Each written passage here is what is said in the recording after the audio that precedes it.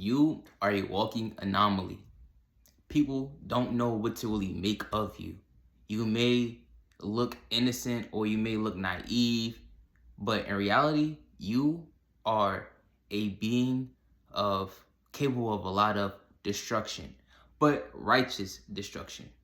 It's like the yin and yang. You have the capacity for great love, deep compassion, and empathy, but you do not allow anyone to disrespect you, especially energetically. So people love to take advantage of people that they feel like are easy targets. So you may look a certain way. You may not look like what you've been through, but you've been through hell and back. You've survived attacks after attack after attack. You've probably been in situations where you were diagnosed with things. You may have been in and out of hospitals, certain types of hospitals, if you catch my drift, right? But you've learned how to ground the energy and you've come a long way from that time period. Now you may still have energetic tugs of people who love and crave that chaos, who still want to see you lose, who don't want you to win because you winning is their version of they lose. When you win, they lose in their mind. Even though genuinely you are compassionate and you want everybody to win, but you also have to remember that not everyone thinks like you. Not everybody craves truth, authenticity, love, light. And it's also embodying with their shadow and close with their shadow. Because love and light is important, but also getting to know your shadow aspects of yourself is also important. Because you are capable of destruction, like I said, right? You're capable of being perceived as evil. You may listen to gospel and you may listen to heavy metal. I feel that. And I feel like heavy metal at a certain extremes are very angelic and beautiful if done a specific way and done correctly, right? It's just authentic tones and sounds. Sometimes you feel angry. Sometimes you feel sad. Sometimes you feel upset about just the circumstances of the way the world is. Sometimes you feel peaceful, loving. Sometimes you feel zen, right? But you have range. My main point I'm driving home is you're dynamic. You're not a one trick. You're not just someone who is, one dimensional. You're a multi-dimensional being having a temporary human experience, right? And you're here to not fit any category. You may have that issue of being categoryless. People don't know what box to put you in. People always don't they never have you figured out, even if they think they do. Because you may show one side of you one day and then you may change your whole energy another day and be something else. And you're constantly in an evolving, shifting, changing energy. And to somebody from the outside looking in who isn't aligned with that frequency, that may look like chaos.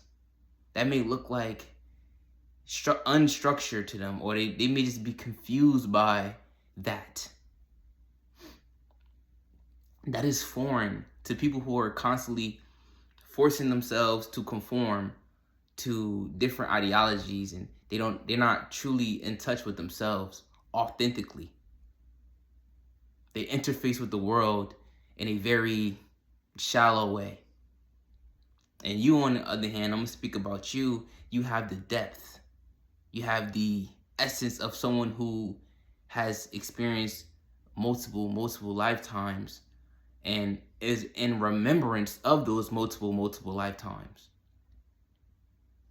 If you resonate with the term Heyoka, if you resonate with the term chosen, if you resonate with the term divine, a starseed, or ascended master, those terms are literally for you.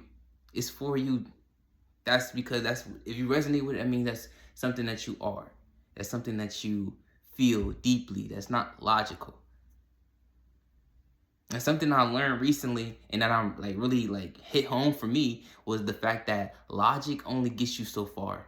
And it's like logic is like not is not this the highest intelligence. There's something way more intelligent than logic. Logic, in my way of thinking, is something that limits, because it has to be logic only works if it's in a frame. It's in a certain perspective. Because two people logic can clash if they're looking at the thing from two different perspectives. But you see every perspective. You are multidimensional, so you don't see it as, oh, black and white. You see black, white, gray, blue, red, green. You see it all because you understand that there is no one size fits all to life. There is no one way to do this. There's no correct way to live life. There is a way to live a more fruitful life, but everybody's ideology of fruitful and prosperous may look different. And yes, we are all connected, but we all are in unique individual expressions of our truest self. Our truest self is very unique to us. But yes, if you resonate with this, yes, you are a deeply, deeply special person. You are a very much person who is here to make great change in this world. And it's all about really believing that fully, without like, with the strongest will, and being able to embody that, being able to act upon that knowing of yourself. It's like one of those things, like act like you know, like literally act, literally do the things that you know you are resonant with. And you don't have to have it all understood today. You don't have to have it all understood.